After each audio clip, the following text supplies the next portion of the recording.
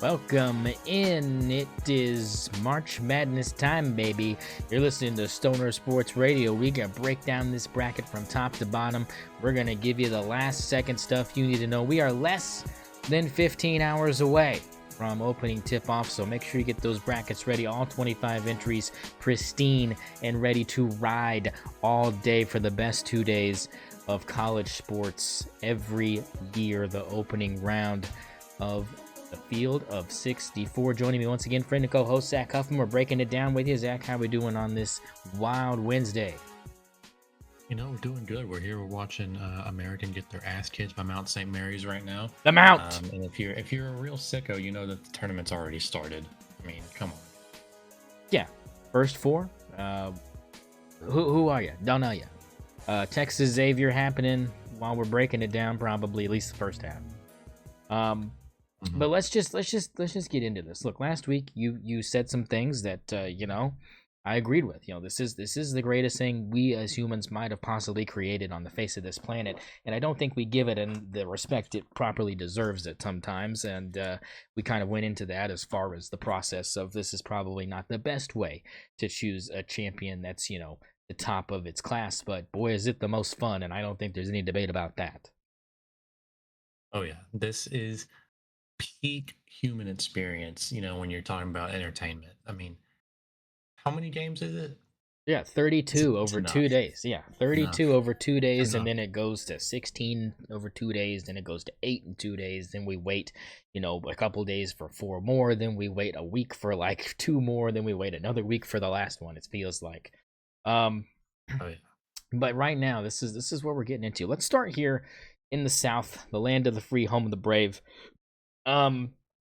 This is Auburn's side of the bracket, or I guess section of the bracket, I should say. Do we even need to discuss Alabama State here? Because in my opinion, I think we do. And here's why. Because this is low-key a rivalry game. This is not just a 16 seed. This is an interstate battle here, Zach. Is there anything to really do other than just kind of juicy emotions for these Hornets? Because, they're buzzing. And again, I just don't know if this is a Fairleigh Dickinson Hornets team. I don't know if this is a UMBC type team. It just seems like Auburn's got too much talent. They're 31.5-point favorites. When they opened, they're now up to 32.5-point favorites. How screwed are the Hornets here, or do they have a shot at all? Yeah, they have no shot. Auburn's getting through this one pretty easily. Not even a question. All right, there's not. And I'll go ahead and say it. There's not a 16 seed that's making it out of the first round. And you know what? The thing is the odds are still forever in your favor on that one. And I think that in this field, I think this might be one of those where you are correct. I don't think there's, now will any of these games be close? That's they shouldn't be. I don't know if there's one you could point at other than maybe one we mentioned in earlier episodes. We'll get to that one, but I don't think there really, like you said, is a potential for a 16 seed. So Auburn's moving on here, no questions asked. Look, 8-9 here, Louisville Creighton. Kind of an interesting matchup here, Zach. What are your thoughts on the 8-9? Yeah, I'm not a huge fan of Louisville this year. I think they're kind of an overrated team a little bit. I saw them play against OU. They lose to an OU team that really shouldn't, barely made it into the tournament, if we're being honest. Creighton, on the other hand, always going to be a bracket buster in my opinion. Couple of reasons why. One, they spread the ball out really well, not to mention the fact that they have a great duo in Kyle Brenner and Ashworth. And anytime you got a team that, is shooting really well from the 3-point line and always relies kind of on that shooting, I'm usually looking at them to be a team that makes it a little bit further in the bracket. If you shoot the 3 well and you limit turnovers, you're going to do it just fine in March Madness. And I think that Creighton's one of those teams. So I have them beating Louisville. Yeah, I don't disagree with that take. I also have Creighton moving on here. I like Louisville. I think they're okay, but I think you're spot on. I think it's a little overrated here, and I just like what Creighton brings to the table. Ashworth is really good. Kalkbrenner's really good. You know the respect I have for Greg McDermott as a head coach. I think that there's a lot to be said about this Creighton team, and I don't think they should be taken lightly. Move the Blue Jays on. Tall task in the next round, but they get past Louisville. It might be a close game, but I still have the same result as you, Creighton W. Um, Moving on down the line here, Michigan, UC San Diego, the Tritons of UC San Diego. A lot of people like this 12-5 upset here, Zach. They've got some good players over there. UC San Diego averaging, 19, 16 points apiece. When you look at some of these lower seeds, you don't really have a lot of guys that pop out at you as far as points per game. There are a couple, and we'll get to them, but I think in this bracket specifically, at least the top half that we're looking at here to begin with, I think that this is one of those teams where you've got guys that can fill it up, and that could be a problem for a team like Michigan who sometimes struggles to shoot the basketball. Yeah, 100%. I think so. And, I think this is one of the rounds or matches that gave me a little bit of a pause here when I'm making a pick because Michigan's coming off a really good Big Ten tournament, obviously. I mean, just an amazing Big Ten tournament where they shot the ball really well. And if they're shooting the ball really well, they're hard to stop. They have two 7-footers. They run a pick and roll with two 7-footers, which is, just Dangerous. amazing when it comes Dangerous. to, yeah, especially like against a team like UC San Diego who's going to struggle to match that kind of size. I'm picking Michigan to win this one, but I have no issue with people picking UC San Diego just based off the fact that Michigan has, like you said, struggles from the three. Yeah, and I think that's where I look. I'm also picking Michigan to get through here. I also agree with you, Zach, that I don't blame people for looking at UC San Diego and going, that could be one. And I wouldn't be surprised. Like me and you were sitting here going, we're not going to be surprised. But like you said, the size, I think, is the big difference here. Sure, San Diego can fill it up, but the size inside is something they haven't had to deal with in their conference or just in general. And I think that's going to be a real big obstacle for the Tritons to try to overcome. Yeah, 100%. Um, So no yeah, no huge upset yet, but I think yeah, we're yeah. about to get there. Yeah, we're creeping up here. 413 here, moving on down the line. Texas A&M, Yale, Yale a classic. Push him to the put him to the second round kind of team. Last year got a first round win. The problem with me with this, Zach, is Yale does not have a Danny Wolf anymore. He plays literally for Michigan now. He transferred from Yale to Michigan to be another big guy, like you said, down low to give teams problems. And they don't have a guy like that they can lean on offensively that can just consistently fill up the bucket. And that's why I have to pick the better guard play here, and that's going to be with Wade. I mean, Wade Taylor is fantastic, and I think that this particular matchup is not going to be a problem for Buzz Williams and A&M. I know in the past that they have struggled in the first round. This is not going to be a struggle because of the fact Yale doesn't have that guy. Yeah, see, I'm going to disagree here. One of the things I love about Yale is the fact that they kind of force teams to shoot the three at a higher rate than most other teams. They're always packing the paint, forcing teams to get it from outside. If you know anything about the SEC, A&M is the worst three-point shooting team in the conference. A&M is not a good shooting team, but like you said, they have Wade Taylor, who's obviously going to put up the numbers. But I'm looking at Yale, and I'm looking at I don't know how to pronounce this guy's last name. Oh, I'm gonna be honest, John but John, Pulakidas. John yeah, John Pulakidas. Pulikitis. He's a big time shot maker, and I'm counting on him to have one of those historic runs for an individual guy from Yale. He's averaging 19 points for them. I think he can really be that guy when it comes to hitting big time shots. So I'm picking Yale to go ahead and win this one against A&M because of the shot making from this guy, as well as the fact that A&M they just can't shoot the ball that well, and Yale's going to force them to. Yeah, look, the reason I'm disagreeing with this is just simply put, Texas A&M is going to play good defense. They were able to do very well defensively against Jeremiah Fears. Pulikitis doesn't scare me as much as Fears. If that's the guy you got to focus on, which he averages 19 a game. I mean, those are good numbers. Ivy League is a competitive conference, but again, you're talking about these guys that just don't see the athleticism that Texas A&M is bringing to the floor. And I think defensively is where you're going to find A&M finding the edge. Now, if Pulikitis ends up being the Jack Golke of this section of the bracket here and ends up going off from distance, it could be a problem. You're right, because Texas A&M does not statistically shoot well as a team from beyond the arc. But I think that the defense is really going to be where Buzz Williams is going to have to lock in. His guards, Phillips, Taylor, they have to be. Is that right, Phillips and Taylor, or am I thinking of another P for the other guard for A&M? Is it Phylon? Is it? It's something. I'm Um, I'm struggling. I know I'm messing it up, and I feel bad. Phelps. Yeah, Phelps. That's who it is. Phelps. Phelps. Yeah. Phelps. Those guys are going to be the key for A&M to move on, and that's why I've got to move on. I think the defense is just going to be too much. But I don't have a problem with people pushing Yale, especially historically with their first round success that they've had recently. I think it's one of those that I could see happening. Yeah, 100%. I think this one's going to be a one to look out for an upset for sure.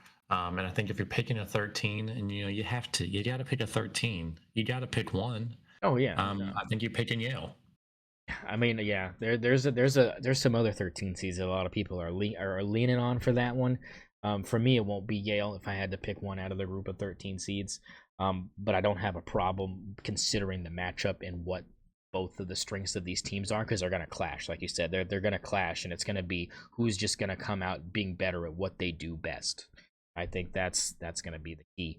Another key here is moving on down the line here. 6-11 matchup. One of my favorite matchups is the 6-11 matchup because usually they're pretty competitive. This one is going to be really competitive. But I've got the 11 seed moving on here. Ole Miss, North Carolina. Give me the Tar Heels, baby. They are playing basketball at a level that they have not played. I think they're rejuvenated by the hatred that they're getting for even making the tournament. I think that their AD is in some hot water for being on that selection committee and supposedly not being in the room when they were talking about North Carolina. Like, shut the fuck up. It's just a problem I have with even having athletic directors involved in these processes. I know Joe Castiglione has been involved for OU, as far as being in that room. I just don't know if we should have those people making these decisions. I think we should have more media members, more. I mean, I just feel like maybe just have Joe Lenardi and Ken Palm and like all of them in a room would probably have better results as far as who is in and out when it comes to quote unquote mistakes like this. Because being 1-12 against quad one wins with everybody using quad one as kind of a measuring stick coming into the season is completely smashing people in the face with disrespect. I mean, it's just disrespectful. But to get these quad one wins last night against STSU and then getting some in the ACC tournament has kind of turned people's attention to the Tar Heels here, Zach. Do you feel like Ole Miss is in trouble here? I mean, Champadula is really good. That Ole Miss team is really good, but there's just something right now happening with these boys from Chapel Hill. I just think that they're in for a couple games here. Yeah, I'm going to tell you right now. I think that Ole Miss is fraudulent. They're frauds. They can't defend in the paint. They're going to struggle against North Carolina, especially against the team that's been hot as of late and can easily get points in the paint. I'm picking North Carolina to move on, and honestly, I think it's going to be a blowout.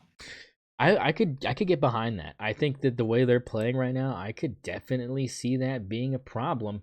Um, and I mean, it's just looking like and the fact that you have an 11 right next to the word North Carolina is just shocking to me. And I think it's one of those things where yes, their resume warranted it. Yes, I get they shouldn't be Oh, here. Like yeah. I think we can both agree with that. But they're here, and their seed is way lower than what they're playing. They're playing like a 7 seed probably. They're playing at the level of a 7 seed, but they've got the 11 tag next to them because of their overall season work. I mean that's what it is. And right now you're going to see a 6-7 matchup like you said, and it might not even be close.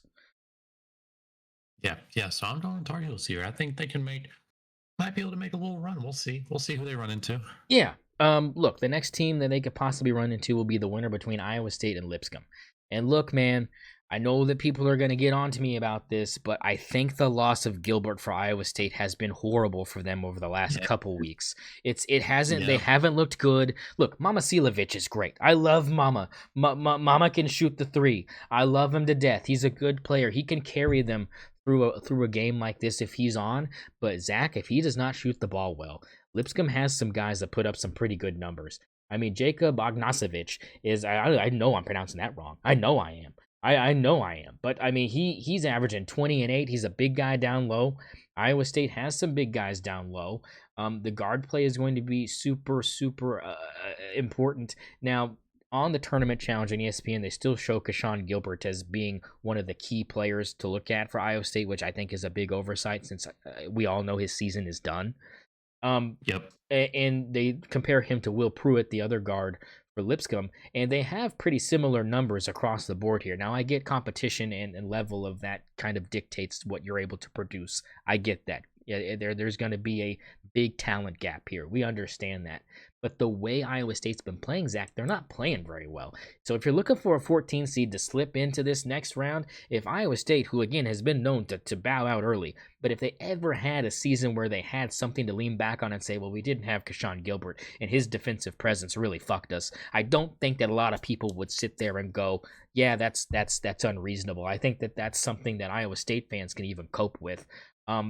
Regardless of that, I've got them moving on. I think Momasilovic shoots them into the second round. I think we're going to have the Cyclones moving on. Yeah, so I got Lipscomb. I got Lipscomb moving on here. I think Gilbert being out is just a huge blow for Iowa State. They're not going to be able to compete with the 3-point shooting that Lipscomb has. Listen, all 5 starters for Lipscomb have hit over 33 pointers this season. This team can light it up from all 5 positions. They don't turn the ball over very much. You saw what they did in the ASUN. I mean, if you're looking for a team, this is the team. Lipscomb has all the qualities. You know, you're looking for a 3-point shooting team that doesn't turn the ball over very much. They can shoot the ball from all 5 positions, and they defend decently well.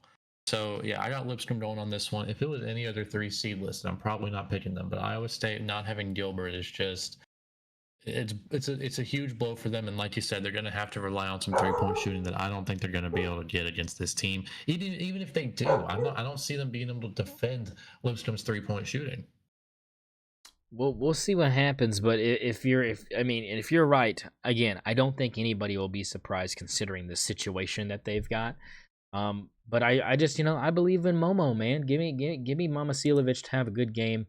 Because the one thing that Iowa State does well is play defense, which is why we say that Gilbert's such a big loss because he's such a big part of that. But I think his loss will not be enough for them to lose this game. I think if Lipscomb, but the thing is Lipscomb shoots even 5% less, than their average from 3, they're screwed. I mean, that's the problem with Lipscomb is if they have one guy that's not doing what he normally does, which is maybe make 2 or 3 threes, that could be the difference. I don't think this game is going to be a blowout. I think this is going to be one of those come down to the last 2 minutes. You better be watching around noon on Friday type games. Yeah, I think this one's going to be one of the more entertaining ones. And I'll say it, Lipscomb, they might be my team. I mean, again, if you're going to hitch your wagon to a team that shoots the 3 ball well, Lipscomb definitely falls under that category, and they can get hot. Anything that can happen. We've seen it happen. Speaking of things that have happened, Marquette likes to bow out early in the first round. They've had some problems in the past. They've dropped New Mexico here and the 7-10 matchup here in the South bracket. Look, I believe that Marquette's in a way better position than they've been in the past. I think Shaka Smart has them playing very well. I like Stevie Mitchell. I like Ben Gold. I think they're a good 1-2 punch. I think they've got some good role players and some other good scorers that add some elements to this Golden Eagles team. I like the Lobos jerseys. They got some drip, but the thing that bothers me about the Lobos is I've seen them play a lot this year. It's one of those late night teams that I can stay up and watch sometimes. That the Mountain West always has some games going on, and they just don't have that guy on there for me that really moves the needle. I mean, look, Donovan Dent's a good player. I don't have a problem with telling you that Donovan Dent can fill it up. He's their number 1 option, no questions asked. I get that. 22-6. He's a distributor. He's a scorer. He's exactly what you need to try to carry your team. But this isn't Paul George. I'm just gonna be honest. This is not. Oh, Paul George's a Fresno State guy, right? I'm just screwing this up. Yeah, he's Fresno but State. regardless, hey, dog thing, dog mascot. Regardless, they don't have anybody on this team that really scares me. Give me Marquette to move on. I like the 7 seed here, and I think they're playing well enough. Yeah, I'm gonna have to agree with you here. I'm doing Marquette to win this one. They play well enough defense and they shoot the ball well enough from 3 that I think it's just a team that, is honestly underrated to me. I think they should be a little bit higher than a 7 seed. I think they play more like a 5 seed. I don't know how you have a team like Oregon at 5 if you have a team like Marquette at 7. And I don't want to diss your school or nothing, but I mean I don't think Oregon's a 5 seed. Do you? I mean, I don't. So like Marquette being at a 7 is kind of discouraging to me, and I think they're Well, going to get screwed by the bracket here a little bit. But I have Marquette moving on to the second round, and honestly, they have the talent to be an Elite Eight team. They won't be, but they have the talent to be, and it just sucks that they got put in this position. yeah, I think it's just a testament to how good the Big East is too. I mean, I think that's also kind of part of it. It's not a very top heavy conference. They've got a lot of good teams there, and I think Marquette's one of them. Happened that they got caught up in this, like you said, a situation where their seeding kind of screws them. Is Danny Granger in New Mexico, guy? Is that who I'm thinking of? Yeah, I'm It, not sure who you're Dan, thinking of. Danny Granger's got. I think it's Danny Granger.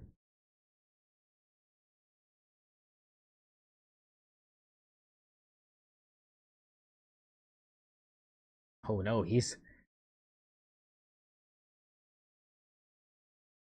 yeah. He played from New Mexico 2003 to 2005. He transferred from Bradley to New Mexico. That's who I'm thinking of as Danny Granger. My apologies to Paul George. They were both Indiana Pacers at one point, so sue me. But that was why I got them mixed up. So that's on me.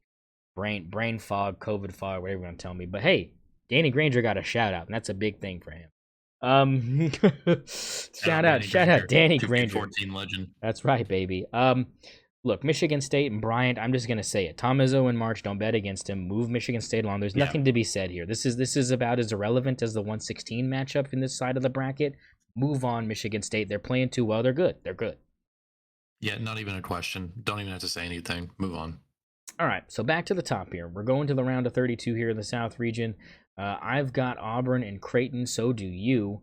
Um, Look, in this case right here, I'm sorry, but I don't see Creighton being able to make enough threes here to put Auburn out of here. I just think they're too athletic. And the inside is going to be the problem because here's the thing.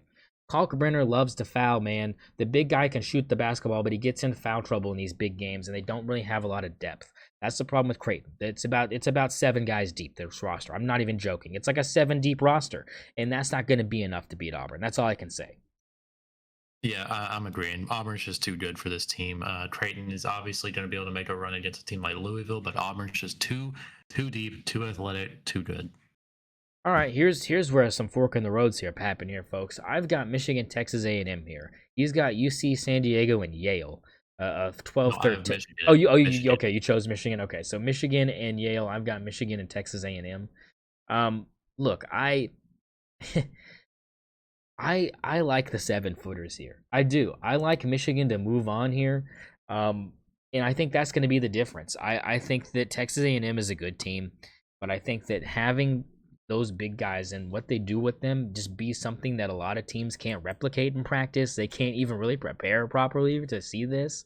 I mean, tape can only help you so much. So give me the Wolverines to move on into the Sweet 16. Yeah, same for me here. I have Yale being a really good team. Shooting the ball against a team like A&M and being able to force teams to shoot the ball from three. The problem is Michigan's too big for them. Like if they can stack the paint all they want, Michigan's going to be able to get through it with their ball handlers. Not to mention the fact that one of their ball handlers is Danny Wolf, who's 7 feet tall. Like this is an issue for a team like Yale who wants to pack the paint. It's not going to work against Michigan. I have the Wolverines moving on pretty easily here. Well, and he's going to want vengeance. Danny Wolf wants to beat his old team, transfer for a Yeah, reason, not baby. obviously. Yeah, obviously. Like he's gonna want to beat this team. So, yeah, Michigan moving on. All right. Well, I've got North Carolina and Iowa State in my matchup. You've got North Carolina and Lipscomb. I've got North Carolina moving on regardless here. I think this is where the loss of Gilbert catches them. I think the reason that it doesn't catch them in the first round is because they're still more athletic than Lipscomb. They're not more athletic than North Carolina. I think you could even make that debate even with Gilbert on the floor. I think that right now, if anybody were to ask you what's North Carolina's number one asset they bring to the table, it's athleticism. They can't consistently shoot it. They can't consistently defend for the life of them. But God knows they're athletic. All those guys on that roster are super freaks, and that's going to be the difference. The 11 seed moves on to the Sweet 16. Give me Tar Heels, baby. I'm going with Lipscomb. I think Lipscomb has the shooters to be able to beat a team like North Carolina. North Carolina is going to have to rely on their front court in order to win this game. I think, and Lipscomb is good enough at defending in the paint without fouling that I think they're going to be able to contest North Carolina's attempts in the paint. North Carolina's not going to get a ton of free throws. Lipscomb, it just has the recipe for success here with all of their guys being able to shoot the three ball so well. Um, so yeah, I'm going Lipscomb. Moving on to the Sweet 16. Bold. Bold. We've both got Marquette and Michigan State in this round of 32 here in the South region. It's Michigan State. I'm sorry, It's Michigan it's State, Michigan yeah. State. I mean, Tom so Izzo. it's again, it's it's Marquette's flaw of just falling into this death trap. Like it's just, I'm sorry, it's just that the floor falls out, you're over. Like it's cooked. So give me Michigan State to move on. Michigan State, North Carolina for me. Michigan State, Lipscomb for you. Back to the top here. We both got Auburn and Michigan. Um, Look, I love what Michigan brings to the table with the matchups they get early on in this, but this is where it ends here. Look, Auburn Yeah. is the problem with Michigan is that Auburn's going to be able to score a lot more consistently than a lot of these other teams that they're going to be playing, and that's going to be a problem because Michigan, like you said, is not really consistent enough offensively. They've got good weapons. They know what to do with them, but it's like at this point, the one team that can probably hang with you with some of your schemes is this Auburn team. They've just got a bunch of really, really good players. So give me the Tigers to bounce out the Wolverines and head to the Elite Eight. Yeah, 100% agree with you here. Auburn's just too good. You know, they're big enough that they're going to be able to match Michigan's size, and they are more athletic and have more skill than Michigan's guys. I don't think it's that hard to make a decision here. Auburn definitely moving on to the Elite Eight. All right, bottom. You've got Lipscomb and Michigan State. I've got North Carolina and Michigan State. It's Michigan State. Like I'm sorry. Like Well, I mean it's no. They're just playing too well. I don't even see North Carolina being able to handle them. I just they got him. I think they played earlier. Got embarrassed the hell out of them early on in the season. I just don't see how they overcome what Michigan State brings to the table. I take it you have your Bison of Lipscomb moving on against the Spartans. no, I don't. I got Michigan State moving on here. Tom Izzo and March is just too hard to bet against. It's not. They're not going to be able to beat Michigan State. I'm going Michigan State. And you know what? Moving on to the Elite Eight here, Michigan State against Auburn. I'm taking Michigan State here too. I just think that the coaching is just too damn good. Michigan State has the talent. I don't see why Michigan State doesn't have one guy. I guess is what we're kind of relying on here. If you're an Auburn Tiger, right? Michigan State doesn't have the guy that's going to lead this team to victory. But my problem is they do, and his name's Tom Izzo. And Tom Izzo is going to be able to take his his scoring that's really spread out among a lot of his starters and just disrupt Auburn entirely here. I think the defense is going to be too damn good. I don't want to bet against Tom Izzo. I understand Give that. me I give me do. Michigan State moving on to the Final Four. I understand that. That makes sense. Here's my problem. My problem is Auburn plays in a better conference. They're putting up similar numbers as far as points per game and points allowed per game as Michigan State in a tougher conference. They do have those guys, like you said. I just don't think you can beat Auburn with a combined community effort with like 3 or 4 guys that average 12 points a game. I just don't think you can do that because Auburn's going to take at least 2 of those guys away defensively. They just got too much length. And I just feel like the conference has just prepped them that a Big Ten school doesn't scare them. No school scares this Auburn team. They're not scared. They know which teams they got to avoid, and they know which teams give them issues. They know that they've been in some close games they shouldn't have been in. They know that they go through these growing pains. Every good team does. They are the best team in the SEC. Move them on to the Final Four for me. I'm sorry, Tom Izzo, you just don't have the horses this time. But I think this game is, again, going to be one of those that you're going to have to watch. You have to. It's going to be so good. Yeah, I agree. I don't know how you're going to bet against Tom Izzo in March. I just don't understand it, I, especially when he has a team this good defensively, a team this deep offensively. I mean, I, yeah, it's I, tough. This one's tough. I get it. It's Yeah, tough, but it's I got I Michigan I State don't over have here. a problem with you picking Michigan State because of that reason. I just think it's Bruce Pearl's time. Give the man his flowers now. I mean, I don't know how much farther he gets in my bracket, but he's definitely this is a team that has a path that's good enough to get there, and this is their biggest roadblock. If they don't make it, I'm not gonna sit here and be shocked.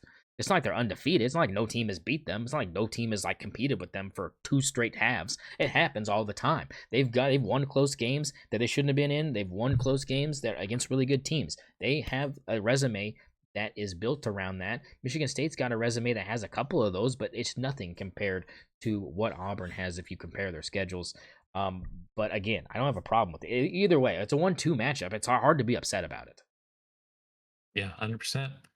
All All right, right. where are we going here We're now? going east. We're going to the east side of the bracket here. Duke's side of the bracket. Moving on quickly. That didn't actually take us as long as I thought it would. So let's do this real quick. We already know that it doesn't matter if it's the Mount or American here. It looks like it's going to be the Mount It's for Mount sure. St. Mary's. It's Mount Yeah, St. Mary's. it So is. so they're going to get cooked by Duke because I just don't believe in any team, regardless of who it was in that matchup, beating them. Your thoughts? Yeah, no Okay. one. Okay. Look, Mississippi State Baylor is intriguing to me. Look, all these 8-9 matchups are pretty good, but it's more intriguing than the Louisville Creighton one for me because both of these teams, you just never know which version you're gonna get. Mississippi State's had some really good showing out stuff. Baylor's had some good games. I think this comes down to who shoots the ball better. So I'm putting Baylor in this next round, but I don't really feel super confident about it. Yeah, I 100% agree. I think Baylor's going into the next round. I think it's tough because Baylor's defense is so lacking, and I think Mississippi State does have some guys inside that can punish them. Baylor kind of lacks a good center, but they're a good enough shooting team that I have them moving on. I just don't believe in Mississippi State here. I think this is one of those teams that kind of got in, just being based off of them being a part of the SEC. And unfortunately, I think Auburn kind of led some of these other guys to get in when they probably shouldn't have. And I think Mississippi State's one of those teams, honestly. Yeah, I mean, no disagreeing there. But both of us, I believe, have Baylor moving on to the next round. Look, Oregon Liberty, another popular 12-5 pick. A lot of people like Liberty. They beat McNeese State early on this year. Their competition, obviously, throughout their schedule, not as tough as Oregon. Oregon beat Alabama early in the season. They've got some good wins on their resume. Their losses have been pretty justifiable. Michigan State twice. They had that loss to Purdue, which I think is justifiable. Michigan, which I don't have a problem with. All teams that are higher seeds than them in this tournament, so I don't have a problem with that. I like Liberty. I do. I think they got a good team. Any team that's able to beat McNeese State, in my opinion, is a decent team. And if they get hot, it's over. But the thing that we've got that they don't have is Jackson Shellstad. Jackson Shellstad will lead this team past the first round into the second round. Sure, the journey might end there, but we're at least getting past the flames, okay? Like I know it's scary, I know it looks bad, and on paper it's like, man, that's real risky because of just the fact that again, Liberty's a team knows how to win. They beat McNeese State, but you got to look at the losses they've got too. You have losses for McNeese State to teams that Oregon wouldn't dare lose to. Florida Atlantic, Louisiana Tech. I mean, that doesn't scream upset city to me. I mean, I don't know what you're watching here with Liberty. Um, Liberty is a team that I have moving on to the next round over Oregon. It's a Top popular 25 decision. nationally, top 25 nationally in 3-point rate. They shoot the ball at a very, very high rate. They're top 5 in 3-point percentage. They shoot over 40% from the three as a team. Yeah, give me Liberty. I mean, this team, I think it's going to be a slogging, if we're being honest, against Oregon here, just because of the 3-point shooting talent. You bring up losses here like Florida Atlantic. We're not going to act like Florida Atlantic is a bad team. You bring up losses like Louisiana Tech. Florida Atlantic was horrible this year. What do you mean? Louisiana. You bring up losses to Louisiana Tech. They lost by 5 points. A month later, they beat them by 24. I mean, But they avenge what these things. let me Liberty guess. is a Let me team that guess. can. They shot horrible from 3 in that first game. Let me guess. They shot. Let me look. I'm gonna look. They probably shot I mean, that's horrible from probably true, three. but I don't see how Oregon's going to be able to defend them from three. Oregon just We're doesn't have just a good better. defense. We're just better. It's all it is. We're just better. Have you seen us play? We beat Wisconsin. Like, I mean, we're playing good. We lost to Michigan State by 10, and you know that game was closer than that. We had to foul in the end to try to stay in it. Like we are playing at a level that if we weren't playing as good as we're playing right now, I totally agree. But we are again in that upward trajectory. We're in that North Carolina realm here as far as like being hotter than we should be. I have a good feeling about this. At least getting out of the first round, I have a good feeling. I don't hate the pick. I get it. But this is going to be one of those games they don't hit those threes. Sorry, Clank City, baby. Yeah, Or I just or don't buy it. I or just don't Shell think Oregon has or the defenders. Shellstad drops 50. We don't, but we have a guy that can drop 50. I mean, like, Drop 50. He averages like 13. but look at his numbers the last like 3 games. They've been incredible. I don't know. What has he been doing the last 3 games? I'll tell you. I'll tell you right now. I wish they would let you click the games on the schedule inside the tournament challenge because it would just pop the hell up. But I mean, it won't let me. All right, so take the Michigan State game for instance, right? Obviously, a great defensive team. No one's debating that. Box score, baby. What do we got? Yeah, they locked him down. He was 0 for 5 from 3. It's Michigan State though. What do you expect? The leading scorer had 22. It was the guy that's balding, Nate Biddle. I mean, like it's a guy. I mean, we have guys that can make up. All right, Michigan State, bad performance. I can deal with that. All right, what else has he got to show for it? Not that game. And we lost by 10. He missed all of 5 of his threes. That makes sense to me. How about this one? Is this one bad? Let's see. Boss Chelsea 18 points against Indiana. Led the way, 18 points, 3 rebounds, 2 assists. No fouls. He doesn't foul. Plays really good defense. So that's something. So that was the last 2, or no, it wasn't the last 2, was it? I'm going. Oh yeah, it was. I mean, Um, I mean he's just not he's there. he's playing. He's He's not okay. that He's guy. he's at 18. Biddle had 36 against Washington in double overtime. The balding guy might be the guy I need. But listen to this: 22, 26, 19. That was against Michigan State, Northwestern, and Rutgers, 3 in a row there. 23, 24, and 17 against Maryland, Ohio State, and Penn State. Uh, I mean, He's he's gonna have 6 against Liberty. he could, but that means Biddle has 40. So I mean, I think they're gonna have to use Biddle. I think it's gonna have to be our inside guys that are gonna have to take advantage of just our athleticism in that Yeah, realm. I mean, at the end of the day, it doesn't matter who wins this matchup because they're both losing to Arizona. Yes, I agree. Arizona beats Akron easily. I like Arizona. I know they've been up and down this season, but they're better than Akron, and I think this is an obvious pick in this 4-13. Yes, I agree. 100%. I mean, Arizona, it's just the better team. They got the talent. They got guys. Akron, I love people that are picking Akron just for the hell of it, but Akron doesn't have Caleb Love. Like, let's be honest here. Yeah, that's what it comes down to. And I think that's going to really carry the Wildcats into that second round. BYU VCU. This is another game, Zach, that a lot of people like VCU in. I honestly could not disagree more with that. Yeah, I 100%. just this is not Shaka Smart's VCU teams, and I think the casual fans have kind of latched onto that being a core memory, and they forget that he's not there anymore. And I'm gonna be honest, BYU is one of the hottest teams in the country right now. I don't care if they lost in the Big 12 tournament; they lost like a bunch of G's. They went out swinging, and they've got guys that can fill it up from deep. So I like BYU to move on to the round of 32. Yeah, I do too. I think BYU's just got the shooting talent to move on. Not to mention the fact they have some impressive wins this season against teams like Iowa State, Kansas, Arizona. Give me BYU to move on here pretty easily. Yeah, it's one of the ones that I feel like is like yeah, like for sure on that one. Um, Look, Wisconsin, Montana, hey baby. Look, the Grizz have had a really good season this year. I like what they did in their conference as far as handling business. They do have some tough losses. They lost to Oregon by 30. They lost to Tennessee by almost 40. They lost to Utah State by 10.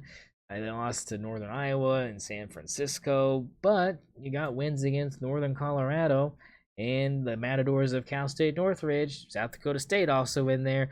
Look, man, it's Wisconsin. I'm sorry, they're just too good Yeah. offensively. This is not your normal Wisconsin team. I'm not used to Wisconsin being an offensive juggernaut. That's what they are. Yeah, I got Wisconsin in this one too. I think, Montana just doesn't have the depth that Wisconsin has offensively, not to mention the fact that Wisconsin is good enough defensively to beat teams like Michigan State. And I'm not seeing a team like Montana even coming close to there. So yeah, Wisconsin moves on here. Now, this one's interesting for me. St. Mary's and Vanderbilt. Now, a lot of people like St. Mary's. I watched them play a lot. Again, a lot of these West Coast games I got to kind of view a little bit more than stuff in the evening times. So I got to see a lot of the Gales. And I got to see a little bit of Vandy here and there. I mean, OU played Vandy. I got to see a little bit of them. Um, I just think this is one of those things where St. Mary's has not played a team like Vanderbilt that's got just the. I mean, Jason Edwards is an animal. I don't think there's a guy in their conference except for maybe a player on Gonzaga, that could maybe compare to him. St. Mary's has played really, really well. They do what they do every year, which is shoot the ball really well from three, and they win all their conference games until they play Gonzaga, and it hasn't really been the case this year until the conference tournament. They handled Gonzaga in the regular season and lost to them in the tourney. So I think that there's something kind of brewing with the Gales. Give me the Commodores. I like Vandy.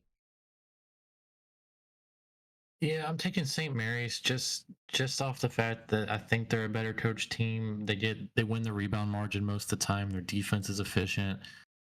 This one's tough because Vandy does have the skill of an SEC team this year, but I don't really know too much about either of these teams, and I know St. Mary's a little bit more than I know Vandy, and I know St. Mary's is gonna win the rebounding battle. So I'm gonna pick St. Mary's to move on here. I don't feel great about it, but that's where I'm going. Yeah, it's one of the less confident 7-10 matchups for a lot of people, and for those exact reasons. It's the physicality of the SEC and the upper echelon of the West Coast Conference. I mean, it's these two battling it out. Alabama Robert Morris 2:15 matchup. Give me the Tide, baby. Not this year, Colonels. It's over, baby. It's Tide time. Yeah, Tide are just too good. They're just too Robert good. and I've watched Robert Morris play, man. They're just not the Robert. They're not the team to do it. Like, I'm just sorry. This is not them. It's not them. There's teams here, but it's not them. So really, the only disagreement me and you, Zach, have is really the Oregon Liberty game. That's really it. Everything is pretty much the same, top to bottom here. So let's start with Duke Baylor.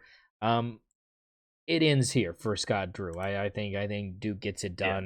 done. It's the one seeds on this top half of the bracket are pretty powerful, and it's gonna take some monumental effort to overcome that. And Baylor's not gonna be the team to knock off a one seed in the round of 32. Move on, Blue Devils. Yeah, fully agree here. Duke's just too good. Cooper Flagg's looking to come back around that time too, so I'm just taking Duke to blow them out of the water. Um, Liberty, Arizona. I've got Oregon, Arizona. We're both picking Arizona to move on to the next round here, and I think that's just the way it is.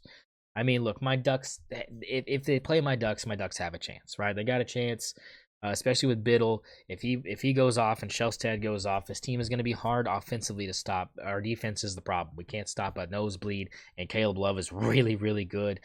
Give me the Wildcats. Yeah, I don't hate that pick at all. I'm going Arizona here too. I mean, I would love to see Caleb Love move on just a little bit further, increase that draft stock. I just don't think Liberty has a guy to match. BYU, Wisconsin, Zach. This is probably must-watch territory for me.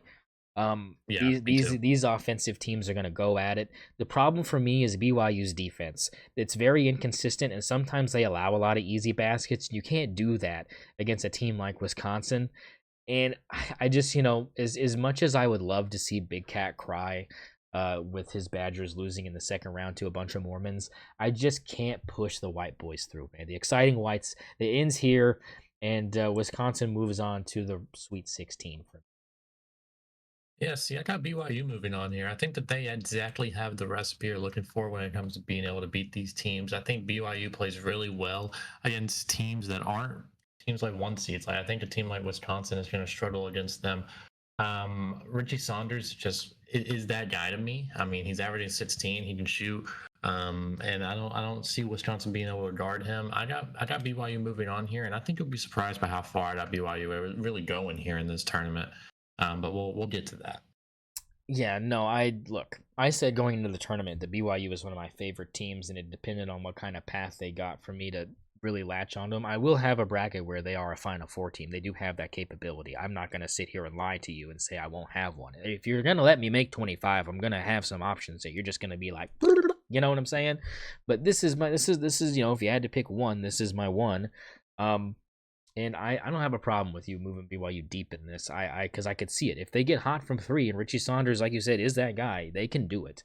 I just think that Wisconsin's defense and the inconsistency I've seen from BYU, even against bad teams, they don't lose those games, but even if they're close, like it just kind of concerns me a little bit. And Wisconsin's not perfect either. I just think they've got a really good core with them, and I don't know how deep they are, and that could be a problem for me. I don't know enough, so you could be right here.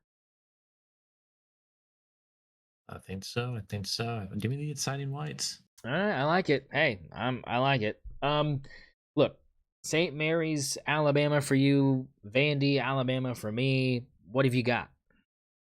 Yeah, I got the Tide. I got the Tide. I don't think you got to think too much about this one. This team has been rolling all year. No, he's thinking about it. He wants to Hey, pick Vandy because hey, he is looking at football and he thinks that he can replicate what happened this season to what happened on the basketball court. And I just don't see that happening. Yeah, I got Alabama going on, whether it's Vandy or St. Mary's. Alabama has the talent, and St. Mary's just doesn't. Now, why? Tell me why you're picking Vandy. I look. That was. You're right. I was thinking if any team was gonna rip the heart out of Alabama fans twice, it was gonna be this team. But look, you've played them before. It didn't really go well for you. I think it helps you a little bit as far as like having to scout them again. But I mean, you lost by almost 20. I mean, it's not like you lost by 10. You lost by almost 20. And that just screams to me you don't have the offense to hang. And I'm going to have to pick the Tide to move on. I don't have a. Look, this Tide team is different. They've got guys on here that I really, really like. Um, and it sucks to have it look so chalky here towards the end, but these top brackets just kind of force you to do it. Yeah, I think so. You got to pick Bama here. Yeah, Now, I moving on to this Sweet 16, yeah. it can get a little dicey All here. right. All right. Duke, Arizona. What have we got?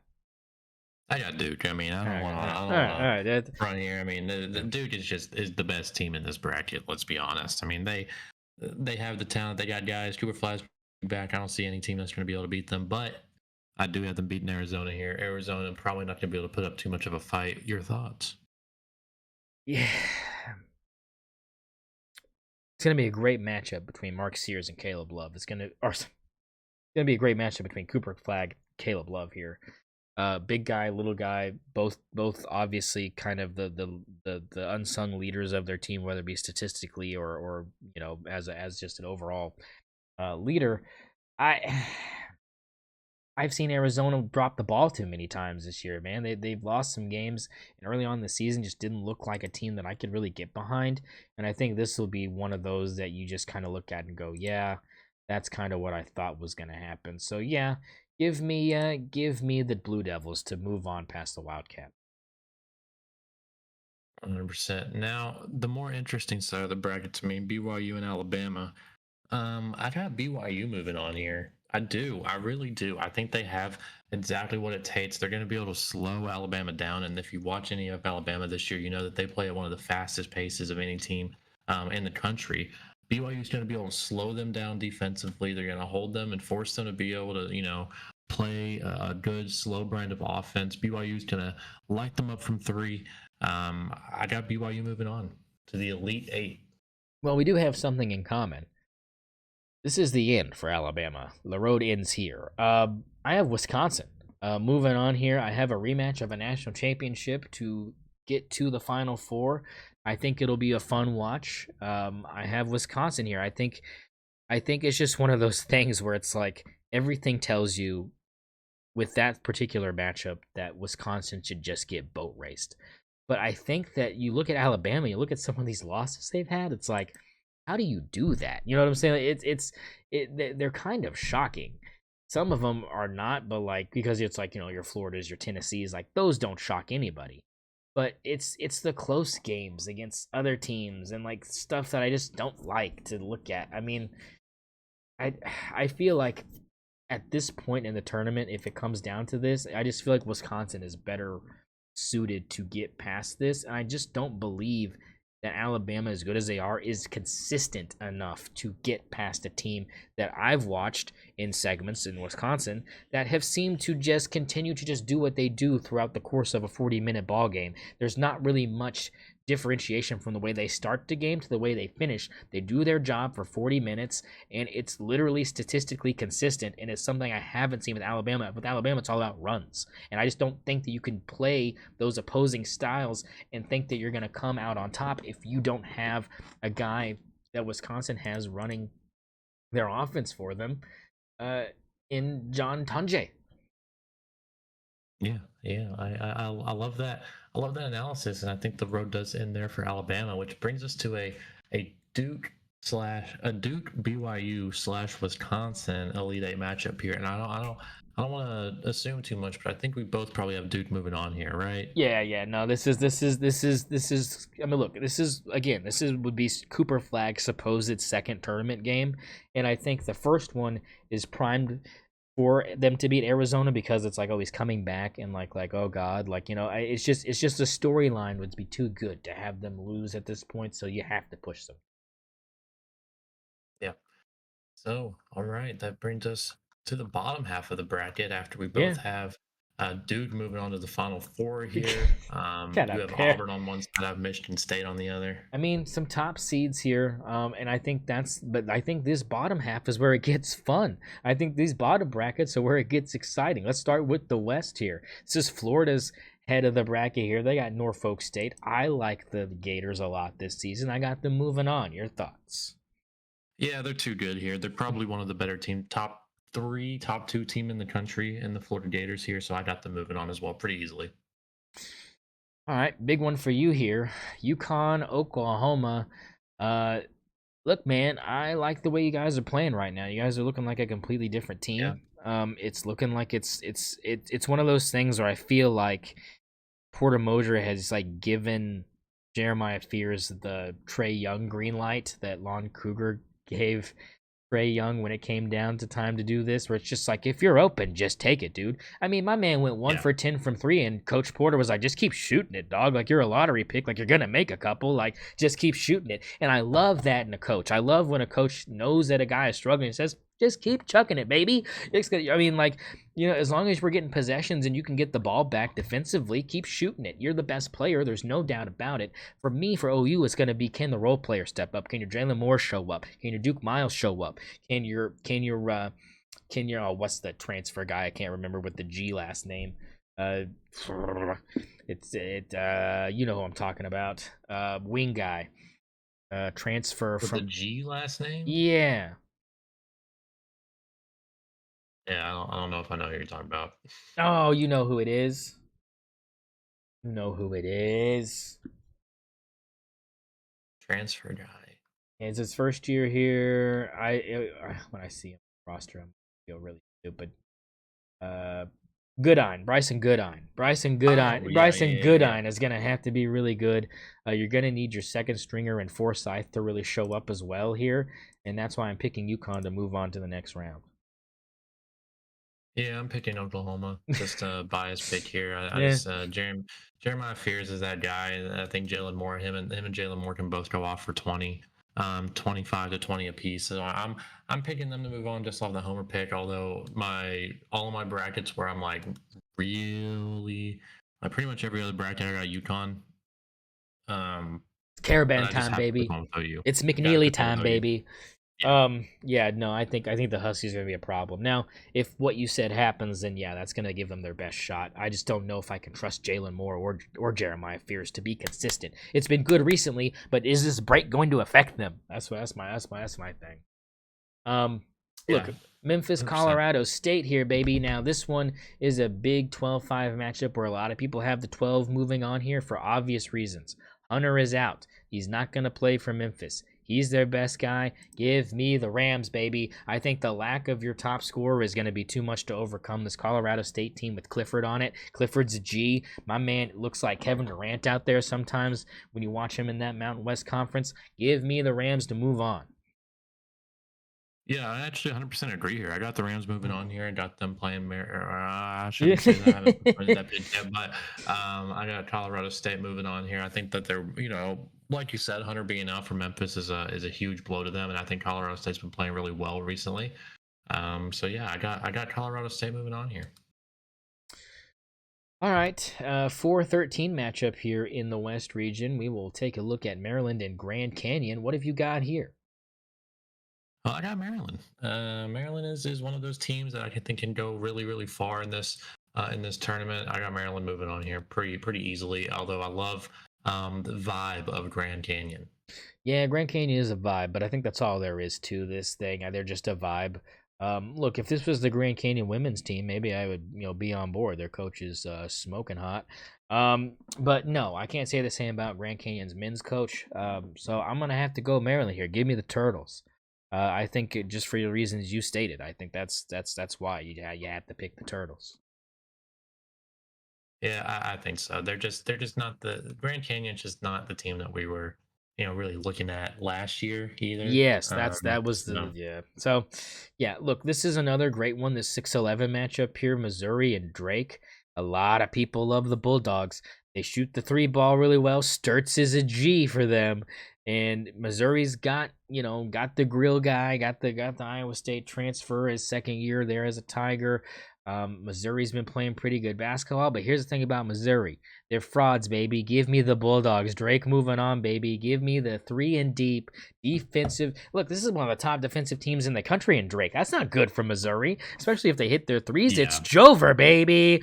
So give me the yeah, hundred Bulldogs. percent. Yeah, I got the Bulldogs moving on here too. It's just going to be too easy for them. Like you said, they shoot the ball really well from the three, and they're a great defensive team. Missouri's fraudulent, like you said. They're only in here for their SEC bias. I got Drake moving on here. Yep.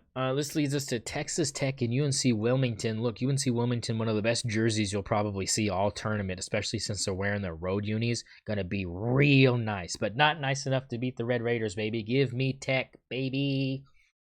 Yeah, same here. I got Tech. Just too good, too well coached. Uh, Talent's just miles ahead. Now, this next matchup tomorrow is going to be one of my favorites, Arkansas and Kansas. Because the coaching matchup here is Bill Self versus Yeah. John Calipari. It's not really about the players for me because here's the reality. Kansas sucks.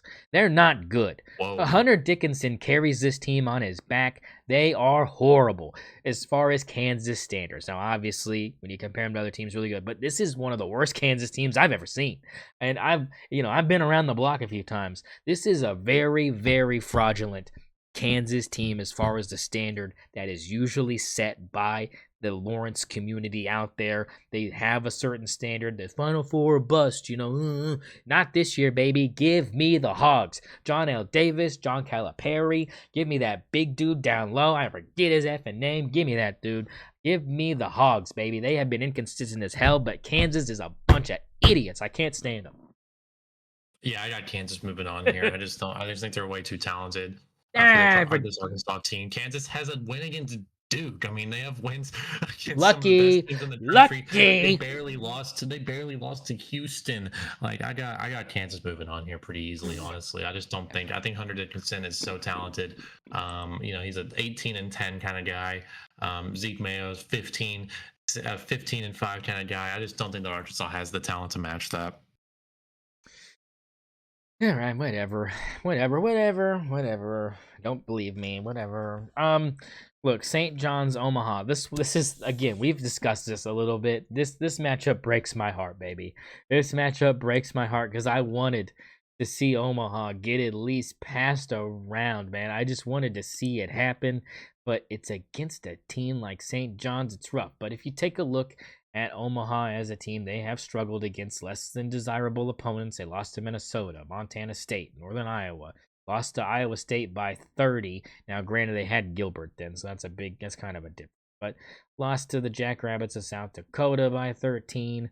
I mean, they are not exactly a powerhouse, and you look at St. John's, and it's just Creighton, Marquette, UConn, Creighton, UConn, Marquette. A loss to Baylor way back in effing November. Who cares about that? Give me St. John's. Yeah, St. John's one of my favorite teams here in this tournament. I got St. John's moving on here really easily. Their defense is so fucking good; it's unbelievable to watch. And like seriously, some of the best defense I've ever seen in my life from a college team. And Rip Pitino's just going to be able to beat the fuck out of them coaching wise. So yeah, I got St. John's moving on here. Oh, baby. Oh, baby. All right, back to the top. Florida and UConn for me. Florida and OU for you, but technically still Florida, UConn for mostly you. You know, we get it. We get it. It's the same reason. It's almost the same reason why I picked Oregon, other than the fact they are actually going to win. But look, I think it's Florida. Look, they're just too good, man. Walter Clayton is fantastic. I love him to death. I think he's one of the best players in this tournament, hands down. Yeah, I got Florida moving on here no matter what. They're just like you said. They're just so good. I don't see. They're so good, man. They're so good. Like they're just clearing teams. They probably should be the number one overall seed in my opinion. They are just clearing teams right now. So yeah, I got Florida. All right, Colorado State, Maryland. Both of us have this one. Sorry, Turtles. Maryland. I'm going with the Rams, baby. I think that the Rams are good for 2 rounds here. Look, Maryland, I don't trust them. I haven't seen them enough to trust them. I don't trust what I can't see. I haven't seen them. I don't trust them. Give me a team that I can lean behind. Clifford's going to lead the way. I don't know who Derek Queen is. I don't know who Jacoby Gillespie is. It sounds like a bunch Derek of Queen's going to the NBA draft. That's who Derek Queen is. He's what the fuck you talking about? Derek Queen's one of the top livid. 5 players in the country. He's One of livid. the top 5 players in the country. Honestly, let's be honest here. The Terrapins are gonna absolutely breeze through the fucking Rams here. It's gonna be embarrassing how bad the Rams lose this game. No, you lose to Ohio State, you lose respect for me. Ohio State's terrible. Maryland lost to Ohio State. Give me the Rams, baby. They are going to be peaking, and they've got the best assistant coach in the country, Ali Farouk Ganesh, baby. NCAA legend. Beat Texas by a half-court shot. Let's go, Northern Iowa alum. He's, forever ingrained in NCAA. I like the vibes here. I mean, I think Colorado State's good to move on here. It wouldn't surprise me if Maryland. Look, to be honest, it doesn't matter who wins this game. I'm just gonna say it doesn't matter to me. Look, Drake and Texas Tech. Now, maybe you can get behind this on me. Give me the Bulldogs, baby. They are hot. Give me the Bulldogs. They are hot. Give me Sturts to lead the way against Texas Tech. Texas Tech has kind of been on a decline here, Zach, the last couple weeks here. I don't think you can deny that as far as the way they've been playing. And this is, again, one of the worst teams to run into. One of the best defensive teams in the country.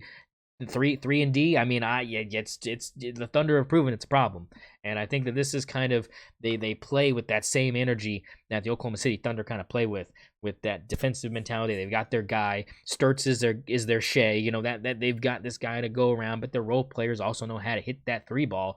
And if Texas Tech can't match them, and they can't get anything offensively to flow, it's Drake all the way for me. Yeah, I got Drake beating Texas Tech here too. It's like you said, I mean, they play that brand of basketball where it's really tough to beat in the tournament. 3-and-D, they shoot the ball really well. They play defense really well. I got the Bulldogs going on here. All right, so that leads us to St. John's versus Kansas. Regardless, I've got St. John's moving on here. Me too. There's something about them that regardless of who wins that Kansas Arkansas game, they're just in for trouble. It's just trouble. And I think that in my mind, I know these are completely different teams, but in my brain, because the 2020 tournament got canceled and Dayton never got to really make a run, this is my Dayton. Even though it's not, this is my Dayton. You know what I'm saying? Like this is your team that you take that's red, and it's you're just kind of like you got Rick Pitino, man. It's just a good team to get behind, and they just kind of give me those vibes of like they should be here and they should be one of the best teams. So give me St. John's to move on there. 100%, me too. I got St. John's moving on here, and honestly, I got them moving on pretty far here. Let's get into it. I mean, they are the defensive team that you want to see in this tournament. The way that they shift, the way they switch everything, the way they communicate without having to communicate at St. John's is insane. You can tell that they are just don't working so hard in practice. I got St. John's moving on here. Yeah. Then when you move back to the top, you got Florida, Maryland. We got both of us got this same matchup, Florida, Maryland. I think No. it's I not no song and I dance here. picked It's Florida. Colorado State. What do you mean?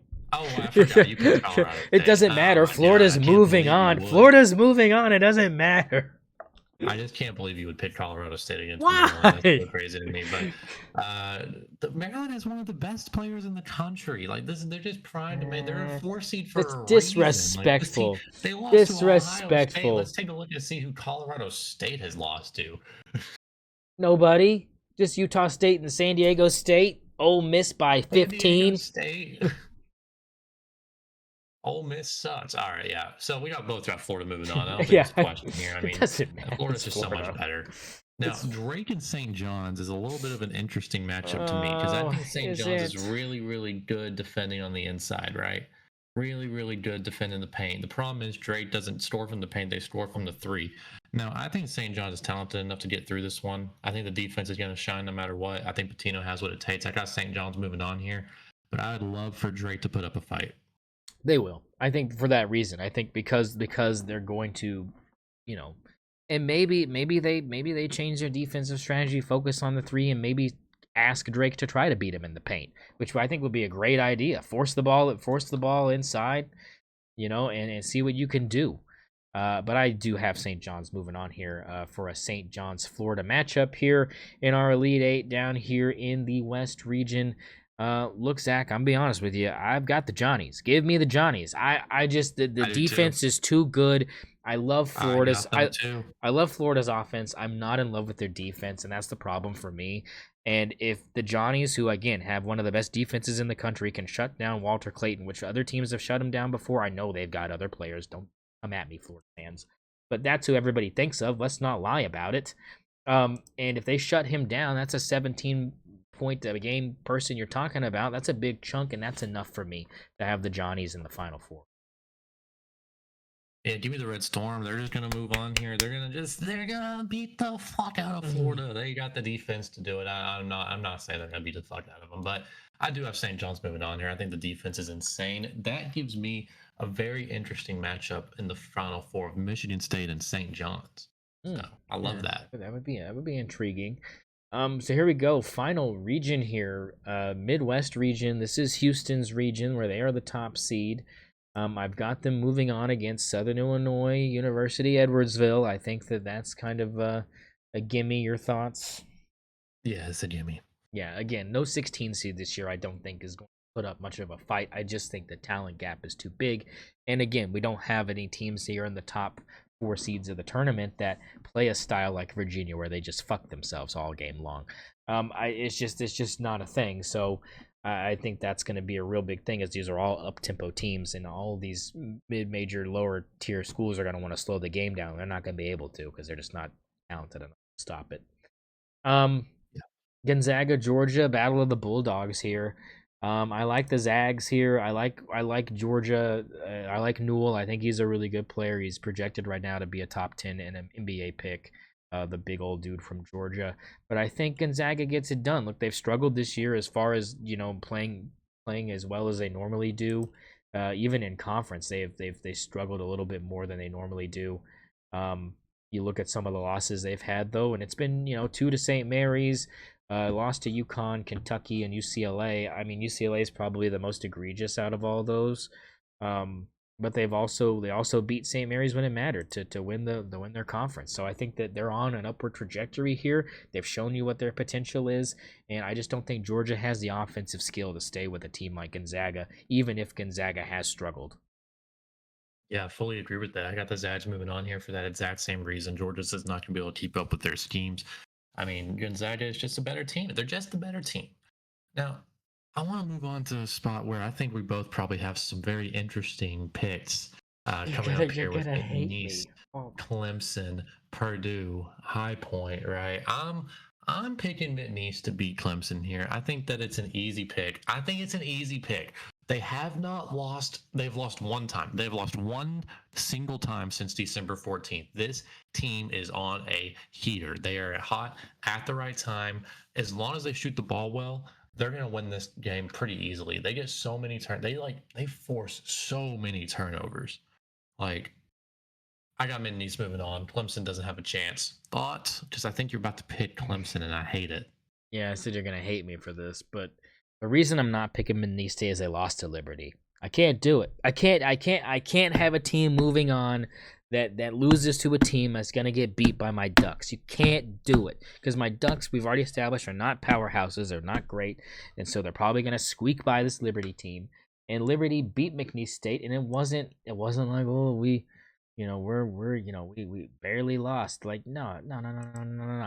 Like, you got cooked by 4. It was a dominant performance. You only scored 58 points. You've lost to Santa Clara. You lost to Mississippi State by 3. I can't trust you. Alabama beats you only by 8, which means you can hang. Like you said, they can hang, which is bad for Clemson because, again, I've watched Clemson. They don't really impress me. But everybody's picking McNeese State, and I just don't trust them now. It's one of those things where it's like, if people were more on Clemson as this ACC team that's really, really good, then maybe I could lean towards the Cowboys. I just can't because everyone's riding them, and I just feel like it's just more of an excuse for Clemson to just yak on them all game. Like, I don't know why, but I just feel like it falls apart here for them for some weird reason. I love them to death. I just don't see it anymore. I used to be. I hate it. Yeah, I used to be behind it.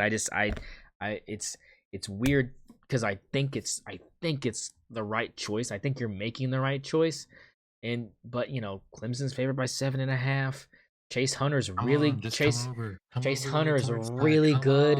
Nah, Chase Hunter gets it back. Chase Hunter screws everybody's bracket. I give me Clemson. I'm sorry, give me Clemson. God. All right. Well, at least tell me that you're agreeing with me on this next one with Purdue and High Point. I got High Point. They've won 14 games in a row. Purdue is known to choke in the first round. Give me High Point. They are on a heater. I don't care if Purdue's the better team. I don't care. Purdue is the better team. I'll say it right now. Purdue is the better basketball team. High Point is on a heater. Give me them. All right, I like the pick. I'm going Purdue. The fun stuff for me is down the line here for me. I I I really think that Purdue gets this monkey off their back that everyone's just telling them they stink. I think Trey Kaufman is really good. Braden Smith is really good. Fletcher Loyer can shoot the ball. It's a problem, man.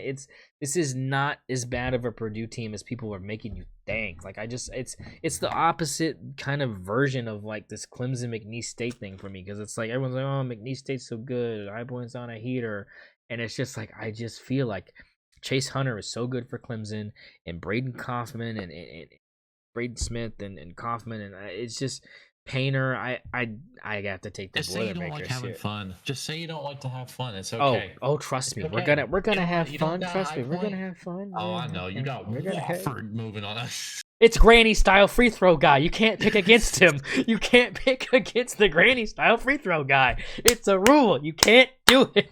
All right. Let's move on here. We got Illinois against Texas or Xavier here. We got this game going on right now. I got Texas winning this game against Xavier. They're already up by 8 with 12 minutes to go in the first quarter. I think it's going to be Illinois and Texas. I'm interested to hear your thoughts on that, but I'm picking Texas to beat Illinois here. I am.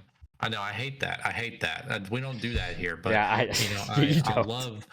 I love Texas to beat Illinois. I think Texas is, they have a talented freshman in Trey Johnson. I think that they're the kind of team that, gives you a little bit of excitement in this tournament. So I got Texas moving on against Illinois here. You're gonna love me for why I'm picking Texas to win this game. You want to know why I love Texas winning this game?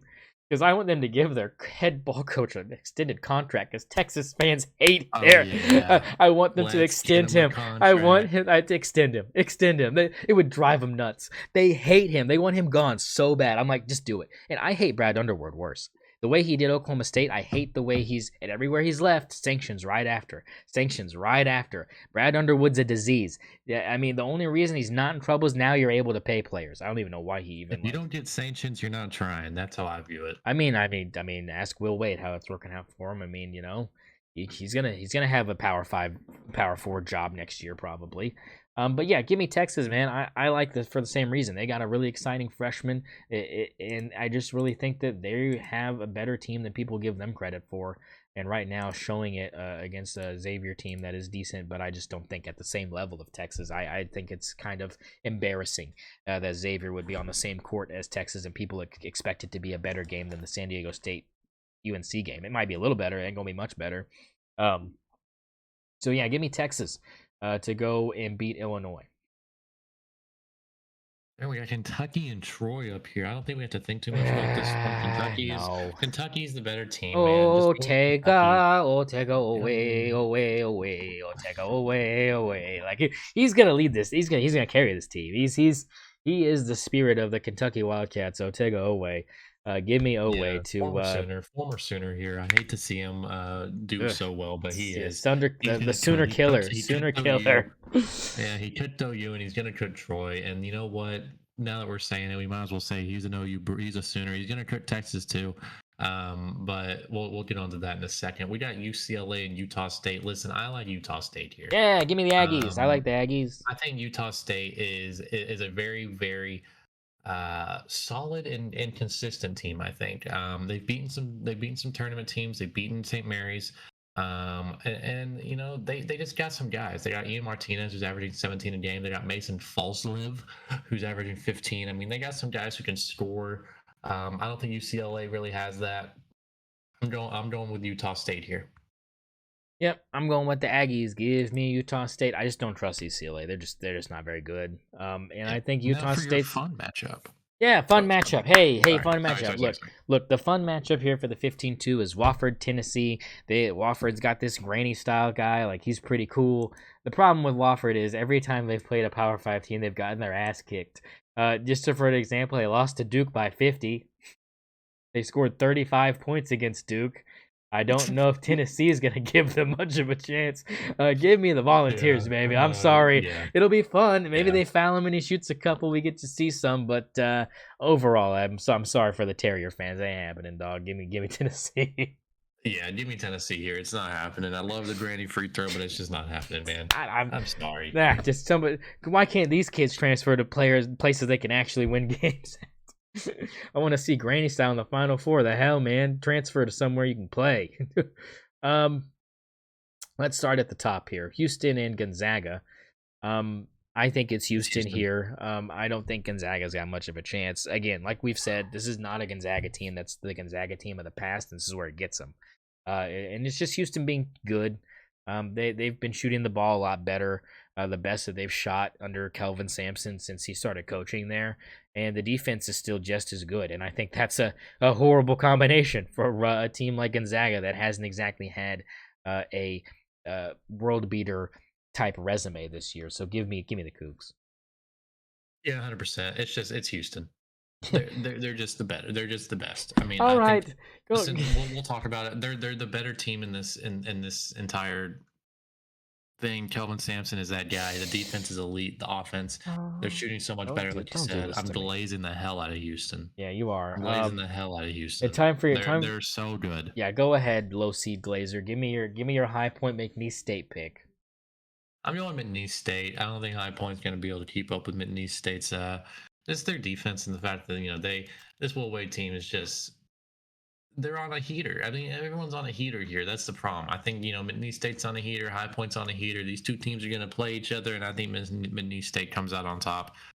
They're just the more talented team. So I got a Houston and McNeese State Sweet 16 matchup. All right, I've got Clemson Purdue. I'm the no fun matchup here. Look, this is a tough one for me. And by tough, I mean not really tough at all. I really like Purdue over Clemson in this particular scenario. They're going to be the higher seed in this scenario, and I just think that, again, the Big Ten is a better conference than the ACC this year, and you're going to see the conference toughness kind of leak into these matchups in a way that a lot of people probably don't take into consideration. So I'm going to take Purdue here to be playing Houston in the Sweet 16. Texas, Kentucky. It's Kentucky, right? We're pretty. It's Kentucky. It's Kentucky. Yeah. Look, this is where it ends. This is where it ends for the Horns. Otega away. Oh, Otega away. Way. He's gonna do it again. So we move Kentucky on to the Sweet 16. Tennessee, Utah State. Give me the Volunteers. I don't have a problem. You're The Aggies. Oh my God. All right. Well, why? Explain. Give me the Aggies. Explain. No other reason other than I know I have to pick against something I know. I know I got to pick someone over a team that I think can go really far, and I think Tennessee is that team I think can go really far. That's going to get their ass beat by a team like Utah State. I got Utah State moving on to play Kentucky in the elite in the Sweet 16. I mean, yeah, Ziegler too good. Give me the Volunteers. SEC matchup on the bottom of the Sweet 16. Back to the top. Houston and McNeese State for you. Houston. Give me Purdue. Look, this Wow. is where it ends. I'm sorry. I'm sorry. I like the Boilermakers to get their act together this season. I don't know why. It's because everybody hates them. I think everyone just expects them to be Zach Edey, Fairleigh Dickinson bad, and I just don't see that happening. These players have grown since then. Obviously, he's not there anymore, which people can say is a problem, but I think Kaufman's done a great job of filling some of the void offensively that Edey brought to the table for them. And the problem I have with Houston in this matchup, particularly between the 1 and the 4 here, and just particularly with this Purdue team, is the fact that Purdue's backcourt is a little bit more consistent at shooting the ball than Houston's. Now, Sharp and Cryer are really good, and they have played really good all season. I'm not going to say that's not true because the numbers dictate that, but consistency is the key here, especially in tournament time. And when you have a team like Purdue, that again they've lost a lot of games. I mean, Illinois, Michigan State, Wisconsin, Michigan, Auburn. I mean, these are teams that Purdue has lost to, but they've beat Maryland, they've beat Alabama, they've beat Michigan. They've gotten revenge against some of these teams too. And you look at Houston, and it's like, yeah, they've got a really good resume, but their Iowa State wins were against a Gilbertless Iowa State for one, and they lost to Auburn by 5, which is not a bad loss. Lost to Alabama by 5, not a bad loss.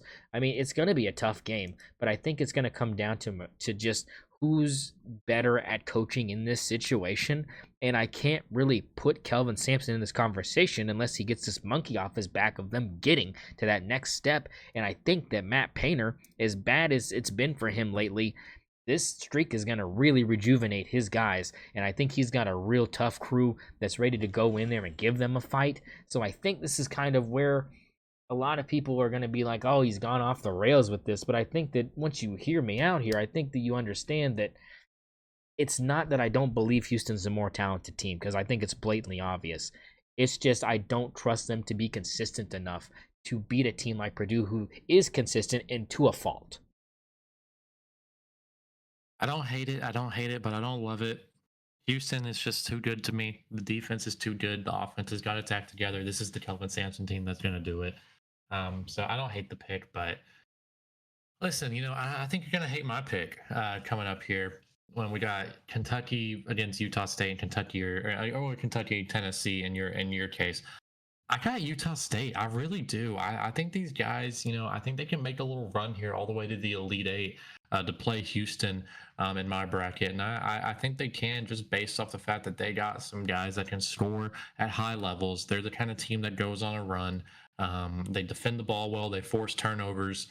I love the Utah State team to make a little run here. I got them beating Kentucky to play Houston in the Elite Eight.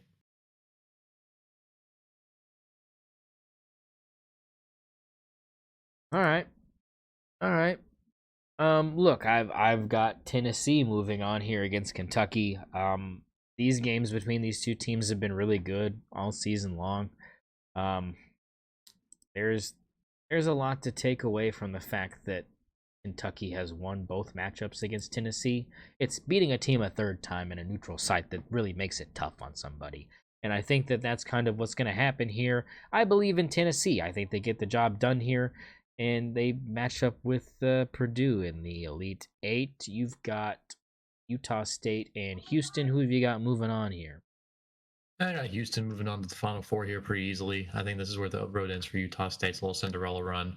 That gives me a 1-1 matchup in the Final Four of Houston and Duke, and then a 2-2 matchup of Michigan State and St. John's in my Final Four. And I have got Tennessee expelling Purdue and heading to the Final Four with the Volunteers, giving two SEC teams, one ACC, and one Big East in my Final Four. A 1-2 in San Antonio on one side between Duke and Tennessee, and a 1-2 between Auburn and St. John's on my other side. Um, what have you got with your Final Four matchup, Zach?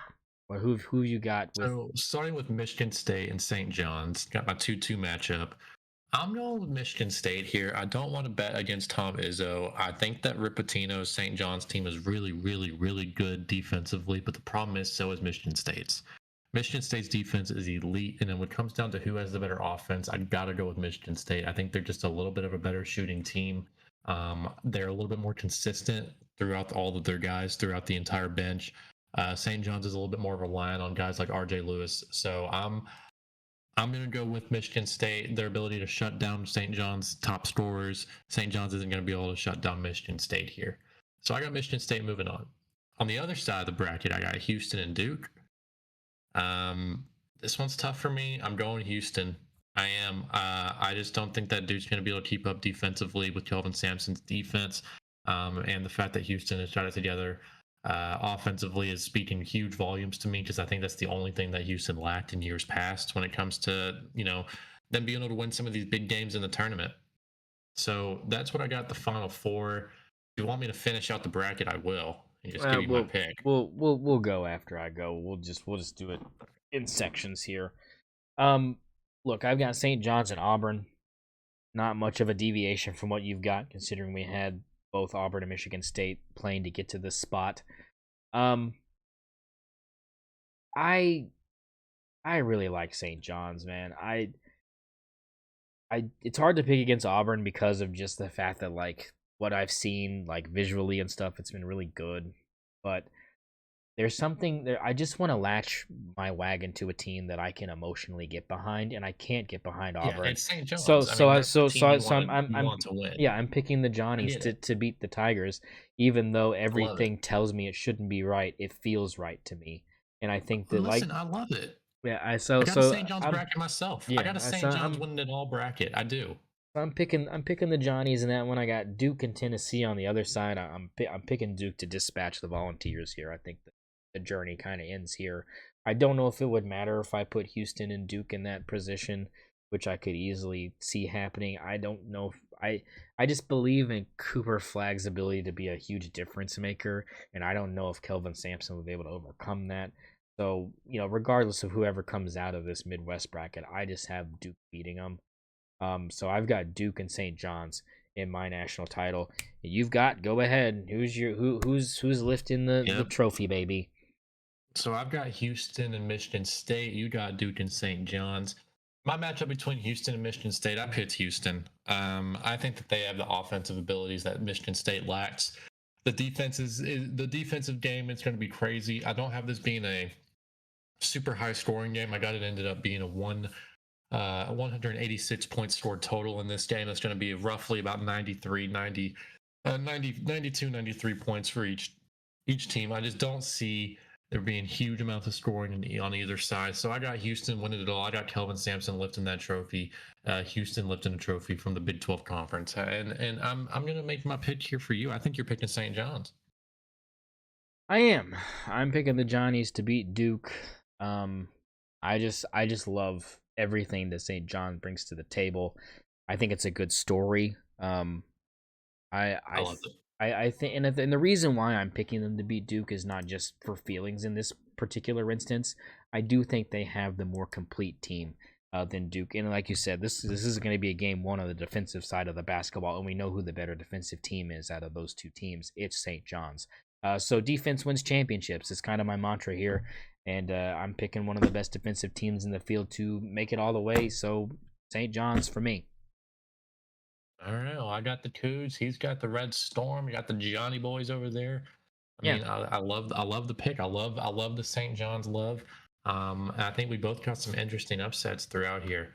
But hey, we're just getting started now. We got Texas and Xavier going on 32-21 in Texas' favor at halftime. I mean, it's fucking March. Yeah, it's happening. It's upon us. We're here, and I could not be more excited about tomorrow morning and what it brings. But there you have it. A team in red is going to be hoisting this trophy, so maybe take that as you will. Any final thoughts before we get out of here? Yeah, I mean, Boomer Sooner. Hope they can lift it up as a red team as well. Don't forget to fill out your Sooner bracket. I got them 1-1 in one of my brackets, obviously. But other than that, if anyone's interested, I got 5 brackets that I really believe in here. I got an OU bracket, I got a Florida bracket, I got a St. John's bracket, I got a Duke bracket, and I got a Houston bracket, which I most believe in. So those are the teams I think can win a national championship. Auburn, fraudulent. We'll talk about it later, but no, nothing else for me. All right, well, I'll say to you, enjoy your days on Thursday and Friday of the best days of college athletics every calendar year. Hey, for us, this is in our March Madness special. Hey, we're gonna divide it up and conquer it, and we'll have it posted for you just in time for you to get some insight before the brackets close here in about 12 hours or something. I mean, this is Oh yeah. it's coming down to the crunch time, baby. It's coming down to the crunch time. Uh we've got according to this 14 hours, 19 minutes and counting. So good luck everybody, and as usual, keep your stick on the ice and good night, Canada.